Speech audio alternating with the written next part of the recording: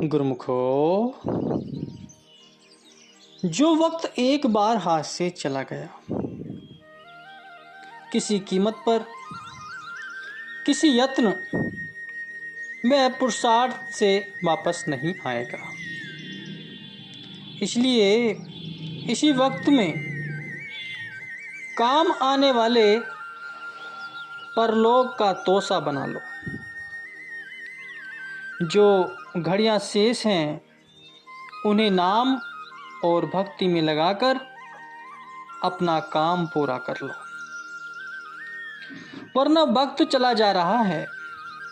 महापुरुषों ने जो साधन और नियम बनाए हैं उन पर अमल करोगे तो तुम्हारा जीवन सफल हो जाएगा और मकसद भी पूरा हो जाएगा।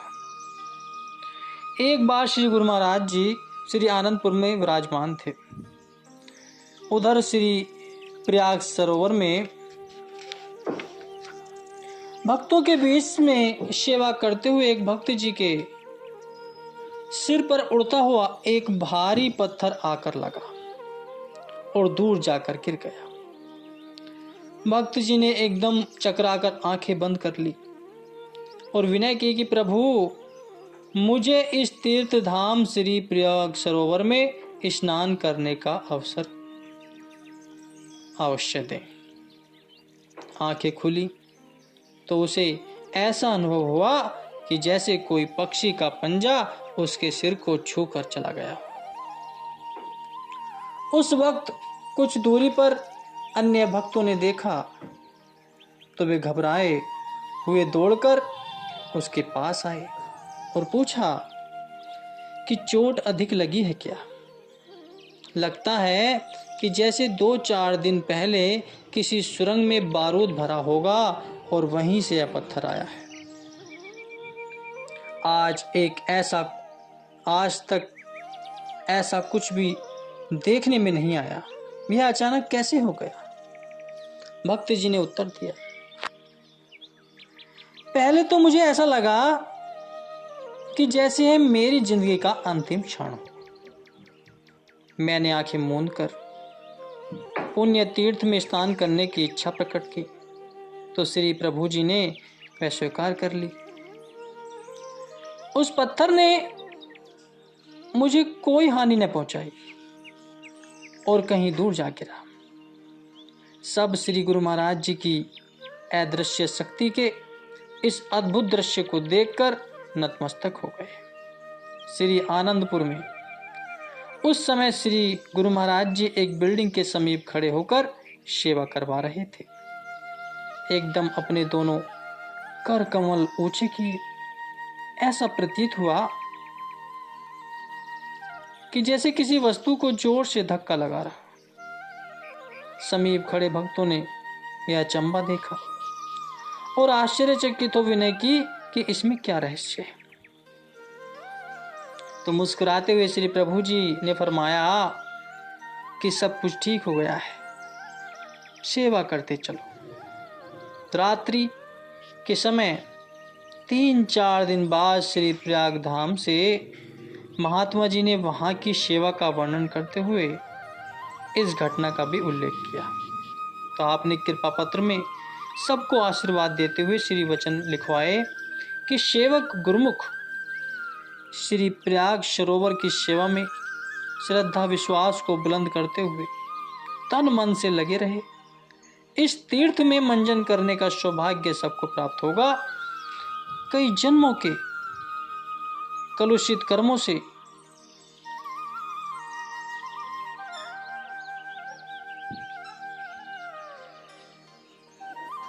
मोक्ष पाने का एकमात्र साधन सेवा ही है। सेवा करते हुए निश्चिंत रहें। महापुरुषों की अगम अगोचर गुणावली रहस्यों से पूर्ण होती है।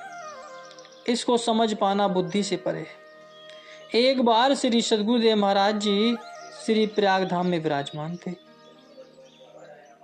श्री प्रयाग सरोवर में खुदाई का काम पूरा हो चुका था। यहाँ पर मिलर मशीन से सीमेंट, रेत और बजरी का मसाला तैयार हो रहा था। जिसे बाहर किनारों पर पलटकर बीच में डाला जा रहा था। शिमला पहाड़ी से नीचे और श्री प्रयाग सरोवर के ऊपरी भाग पर महाप्रभु जी विराजमान थे। जोरों शोरों से सेवा कार्य करते हुए भक्त जयकारे बुला रहे थे। मिलर मशीन अपनी आवाज में स्वर मिला रही थी। ऐसे में एक दूसरे की आवाज तनक भी सुनाई नहीं दे रही थी। मिलर की दूसरी ओर थोड़ी दूर पर पत्थरों का कोट बना हुआ था। अचानक वहां से 3-4 बड़े बड़े पत्थर नीचे गिरकर मशीन की ओर लुढ़कते हुए आने लगे। एकदम आप तेजी से चलते हुए उस ओर गए और भक्तों को बुलाकर कहा कि इन्हें यहीं रोक लो। आपने सबसे आगे वाले पत्थर को कर कमल लगाया। भक्तों ने झटपट मिलर को बंद कर दिया और दौड़कर उन पत्थरों को वहीं पर रोक दिया। सबका ध्यान उसी ओर आकृष्ट हो गया। अन्य कई भक्त भी उन पत्थरों के पास पहुंच गए, क्योंकि वे पत्थर बहुत बड़े और भारी थे। वहां पर न जाने क्यों भूमि में एक दरार सी पड़ी हुई थी। आपने फरमाया कि इन पत्थरों को इस दरार में डालकर इसमें मसाला डालकर इसे बंद कर दो। जैसे ही एक एक पत्थर को धकेलने के लिए 5-5, 7-7 भक्त जोर लगाने लगे तो आपने फरमाया कि ओ, इन पर इतना जोर लगाने की आवश्यकता नहीं। केवल 2-2 भक्त ही इसे आसानी से वहां तक ले जा सकते हैं। सचमुच ही 2-2 भक्तों ने इतने बड़े बड़े पत्थरों को इस प्रकार धकेला मानो वे किसी गेंद से खेल रहे। उस दरार में पत्थर और मसाला डालकर उसे बंद कर दिया गया और वह स्थान भी समतल बन गया। श्री आज्ञा पाकर सभी पूर्वतः अपनी सेवा में लग गए। आपने सेवा के पश्चात सब गुरुमुखों को अपने सम्मुख बिठाया। महात्मा जी ने विनय की कि स्वामी जी, त्रेता युग में भगवान श्री राम और उनके सेवक हनुमान, नील, नल और वानर सेना आदि के इतिहास पढ़ते हुए सुनते हैं। अब तो वे सब नजर श्री गुरु महाराज जी की प्रत्यक्ष दिखा रहे हैं। वह सब कुछ दृश्य श्री गुरु महाराज जी दिखा रहे हैं। आपके श्री दर्शन से इन सेवकों में भी एक अद्भुत शक्ति का संचार हो गया। आपकी अतुल्य कृपा से हम तुच्छ दासों को श्री दरबार में चरण सुन मिली और इस अनुपम सेवा का सौभाग्य मिला। हर जन्म में ऐसे ही साकार श्री दर्शनों का एवं सेवा का सौभाग्य बनाए रखना। आपने फरमाया, महात्मा जी, यह सब कुदरत के करिश्मे, समय अनुसार गुरुमुख सेवकों के जन्म जन्मों की अभिलाषा को पूर्ण करने के लिए ऐसे सहयोग बनते। सबने आज यह देखा कि जमीन में पड़ी हुई दरार के कारण कहीं कोई दुर्घटना न हो जाए, तो पत्थरों ने अपने आप लुढ़कना आरंभ कर दिया। वे भी भक्तों का स्पर्श पाकर खुश नसीब बन गए। महापुरुष जीव कल्याण हेतु निमित्त बनकर अवतरित होते हैं।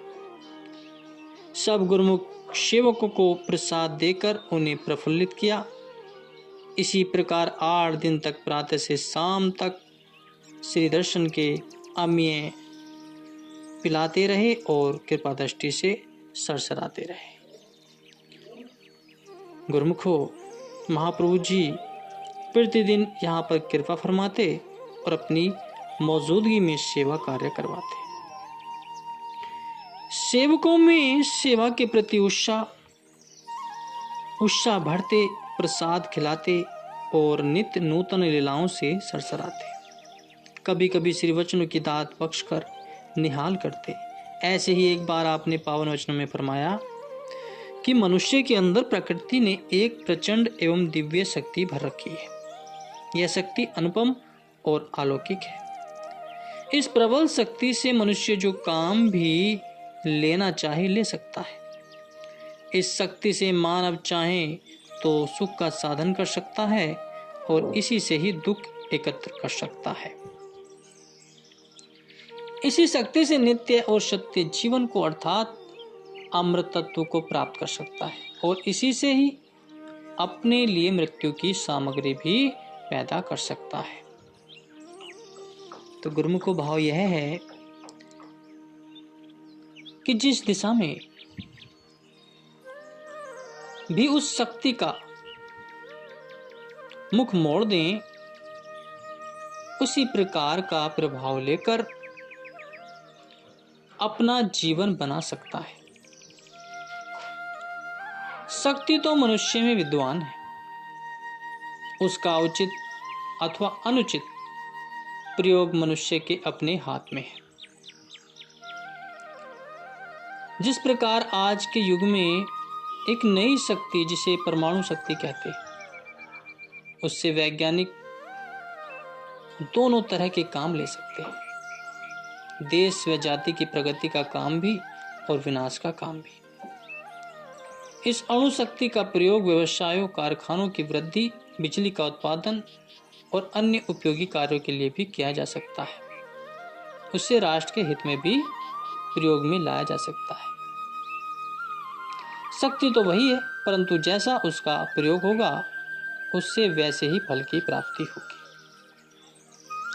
श्री सद्गुरुदेव महाराज जी 2 वर्षों में प्राय हर पर्व के पश्चात अधिकतर समय श्री प्रयाग धाम में कृपा करते और श्री प्रयाग सरोवर के मुहूर्त पर आने वाली संगतों के निवास स्थान की व्यवस्था हेतु भवन निर्माण करवाए। कई स्थानों पर इस प्रकार के टेंट लगवाए जिनमें यह प्रतीत न हो कि यह अस्थायी है या स्थायी रूप में बने हुए भवन है। इन टेंटों में हर प्रकार की सुविधा प्रदान की गई। इसके साथ साथ अस्थायी लंगर, डिस्पेंसरी आदि भी बनवाकर दर्शनार्थी संगतों के लिए सुख सुविधा की संपूर्ण व्यवस्था की, ताकि संगत को किसी प्रकार की कोई असुविधा न हो। श्री प्रयाग सरोवर का निर्माण पूर्ण होने को आया तो कुछ सेवकों ने प्रभु जी के चरणों में कर कमलों में विनय की कि प्रभु, सरोवर तो लगभग निर्मित हो चुका है और अब इसके शुभ मुहूर्त का समय भी समीप आ गया है। तो श्री प्रयाग धाम में अब तक जितने भी बोर हुए हैं उन सब को मिलाकर 1.5 इंच पानी ही भरा है, जो पीने के भी पर्याप्त नहीं है। फिर यह कितना विशाल सरोवर कैसे भरा जाएगा। तो महाप्रभु जी मुस्कुराकर फरमाने लगे कि यह सरोवर तो श्री परमहंसों की धुरधरगाही मोच से बन रहा है। गंगा, यमुना, सरस्वती यहाँ आने को आतुर हैं। वे तो प्रार्थना कर रही हैं और इस प्रतीक्षा में हैं कि कब इन्हें आदेश हो और वे इस सरोवर को जल से भरपूर कर दें। इतना कह श्री कार में विराजमान हुए सेवकों को संग लेकर श्री प्रयाग सरोवर के दक्षिणी ओर स्थित एक पहाड़ी के पास पहुंचे। श्री कार से उतरकर श्री चरणों से भूमि नापकर एक स्थान पर निशान लगाया और फरमाया कि श्री 108 श्री तृतीय पातशाही जी महाराज ने श्री आनंदपुर सर के निर्माण कार्य पूर्ण होने पर बोरिंग के लिए जहां निशान लगाया था वहां कितने फुट की गहराई पर जल निकला था। तो सेवकों ने विनय की, स्वामी जी उस समय 80 फुट पर गंगा निकली थी। तो आपने फरमाया, आप सब इस पहाड़ी पर बोर आरंभ करो, 80 फुट पर फिर से वही गंगा पुनः प्रकट होगी। तो श्री आज्ञा सरोधार्य कर सेवकों ने वहां खुदाई आरंभ की। लगभग 5 से 6 घंटे के बाद ही जब बोर 80 फुट पर पहुंचा तो वही पाताली गंगा निकल आई, जिसके जल से सेवक केवल श्री प्रयाग सरोवर की पूर्ति ही नहीं अपितु पूरे श्री प्रयाग धाम में जल की कमी न रही। तो आपने सेवकों को समीप बिठाकर फरमाया, गुरुमुखों की सेवा ही रंग लाई है। आज यह श्री प्रयाग सरोवर का निर्माण कार्य पूरा होकर सबके अंतर मन में अनोखी खुशी का संचार कर रहा है। यह खुशी कोई साधारण खुशी नहीं है, यह हृदय की गहराई में सदा सर्वदा के लिए कायम रहने वाली है। लाखों करोड़ों जिज्ञासु दर्शनार्थी गुरुमुख इस महातीर्थ पर आकर लाभान्वित होंगे। तो श्री सद्गुरुदेव महाराज जी श्री आनंदपुर में दीपावली के पर्व पर सभी अनुयायियों एवं दर्शनार्थी गुरुमुखों को श्रीमुख से खुशखबरी दी कि श्री प्रयाग धाम में श्री प्रयाग सरोवर में जल प्रवेश 27 दिसंबर सन 1994 के शुभ दिन होगा और 14 जनवरी 1995 माघी के पर्व पर इस पावन तीर्थ का शुभ मुहूर्त होगा। सब गुरुमुखों को इस महान तीर्थ में स्नान करने का सौभाग्य मिलेगा। यह खबर सुनकर वायु तरंगों के साथ हर्ष की उमंगों को लेकर देश विदेश में लहराई जयकारों की ध्वनि से धरती अंबर गुंजायमान हो गया। चौकुंडी में इस तीर्थराज के दर्शन पाने के सौभाग्य का डंका बज गया। प्रत्येक प्रेमी के हृदय में नवजीवन का उत्साह का संचार हुआ। हर कोई श्री प्रयागधाम में पहुंचने के लिए लालायित हो उठा। सत्संगी, महात्माजन, भाईजन, प्रचारक, प्रचारिका तथा दर्शनार्थी संगतों ने उसी समय ही टिकटें बुक कराई। जब सत्संगी संतजन अपने अपने शहरों में पहुंचे तो संगतें भी अपने हृदय की विह्वलता को न रोक पाई। जिसे जिस ट्रेन का टिकट मिला जल्दी से बुक करवा लिया। सबके मन में एक हुक, एक ही आंतरिक अभिलाषा थी कि जैसे तैसे श्री प्रयागधाम में पहुंच जाएं। भारत के हर नगर एवं गांव के रेलवे कर्मचारी यह देखकर हैरान हो गए कि आज तक धर्म स्थान पर ऐसा समागम कभी भी देखने सुनने में नहीं आया है। सब रेलगाड़ियों में महाराष्ट्र की ही टिकटें बुक कर दी जा रही थी। विदेश में रहने वाले गुरुमुख भी इस खुशखबरी को सुनते ही इस ऐतिहासिक दिवस के साक्षी बनने को आतुर हो उठे।